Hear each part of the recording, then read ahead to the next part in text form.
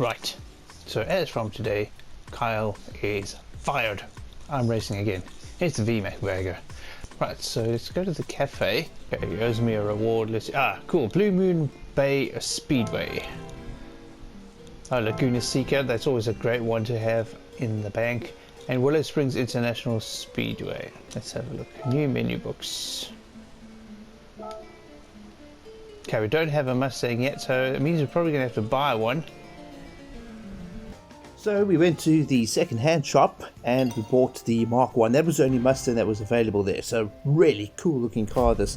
I did probably have enough to get a new one, but I wouldn't have been able to soup it up. Although I didn't actually soup this one up. All I did was give it a new paint job, and I put the mandatory number 74 on for McVagger. So anyway, so we're going to do the FR challenge. 550 is the PP level for this one, and I decided just to stick the car on the track as it is, and obviously we are underpowered now, but I wanted to see how the Mustang would do as a stock car, and here we go. Let's race. Now the joy of editing afterwards is the fact that I could actually speed the footage up, because our Mustang being almost 100 pp under the threshold level for this race, we were really battling to catch up to that last position, so I had to speed it up. Otherwise this would have been a really boring experience for you guys. So what I did later on is I didn't power up the car until the last race, because I did this 3 times. This is the first time. Second time I souped up the, well, I didn't soup it up, but I switched out the gearbox and I put on the racing gearbox, or the fully customizable racing gearbox, and yeah, we'll see how that goes after. But really struggling to catch up with the other cars here with a top speed of only 189 kilometers per hour, or slightly over 100 miles an hour. Really wasn't cutting it for us. But the car seemed to be handling okay with the speed. The tires are pretty much the standard ones that came with the car as well, so really not doing a great job of the handling, so we had to slow down into 2 of the corners, this here being the quickest corner, and we just barely scraped past the other Mustang. It really took a long time to get past, but eventually we did it, and yeah, then we kind of just coast until the end, but well, without catching anybody. So yeah, not the greatest of races to start off with, but yeah, nice to get a feel for the car in its standard form. I had to do something about the colour. I don't think it looked too bad with the black wheels as well, so all in all it looks great, just doesn't perform great right now, so we need to do a couple of upgrades so that we can get it up to a PP level that's a little bit more competitive with what other cars are on track. So that Dodge Viper up in position number 1 is going to be a challenge for us, and yep, good reason for looking miserable over there. So anyway, let's go onto the track for the second race now, after we've stretched out the gearbox. I've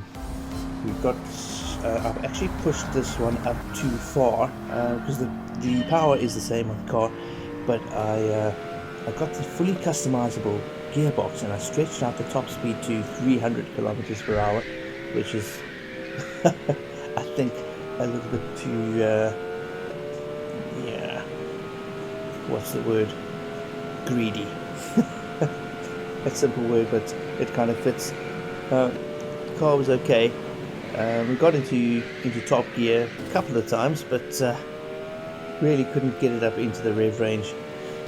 Definitely did a lot better taking the Pontiac here with ease coming down the straight. And we are catching up to the other guys as well, but I think the acceleration through the gears was a little bit slow, so I had to rethink that.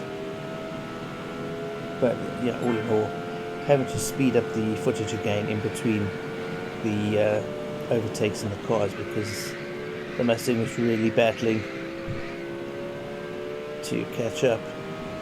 You know, with the longer gears, I think it takes a longer time to accelerate, and you've only got so much straight in order to do that. And then you've got the corner, which slows you down, and then you start from scratch again. And the tyres weren't helping much either, because obviously, like I said before, we didn't soup anything else up.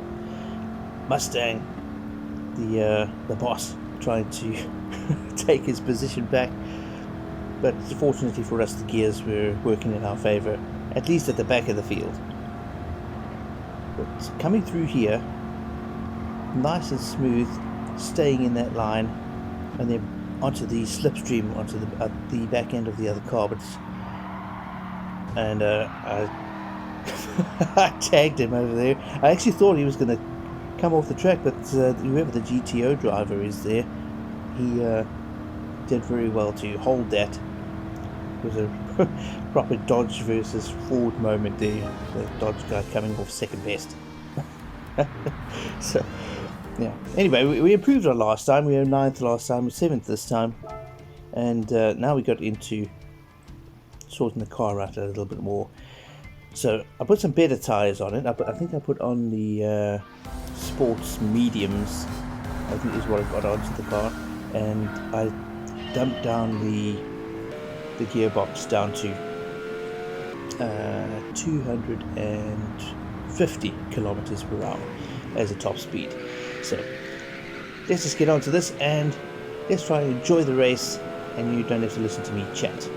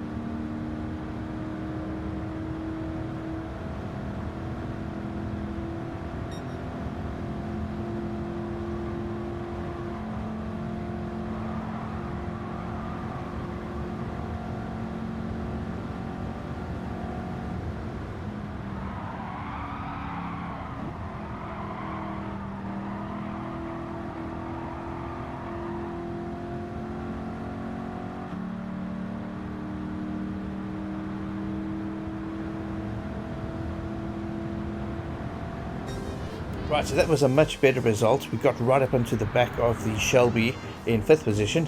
Couldn't really take it, but the car was definitely better with that stretched out gearbox going up to 300 kilometers per hour as the top speed. So I decided to switch the gearbox down. We moved it down to 250 kilometers per hour. That would closen up the gear ratio, and this is where we put on the tires. The better tires, so we should have a handling advantage, and then obviously the acceleration through the gears should be a lot better through this one. So let's get on to the race. Enjoy.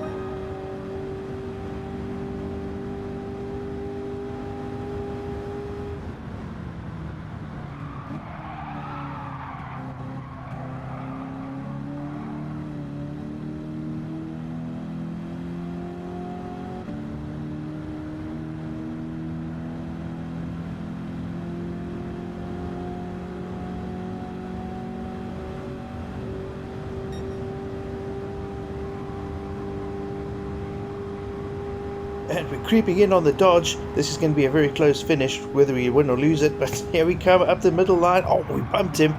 He's on the outside line. We're on the inside. He's forced wide. That's definitely going to slow him down. Oh, but our gear change also a bit slow, and he's catching up on us. Can we get there? Can we get there? It looks like we can.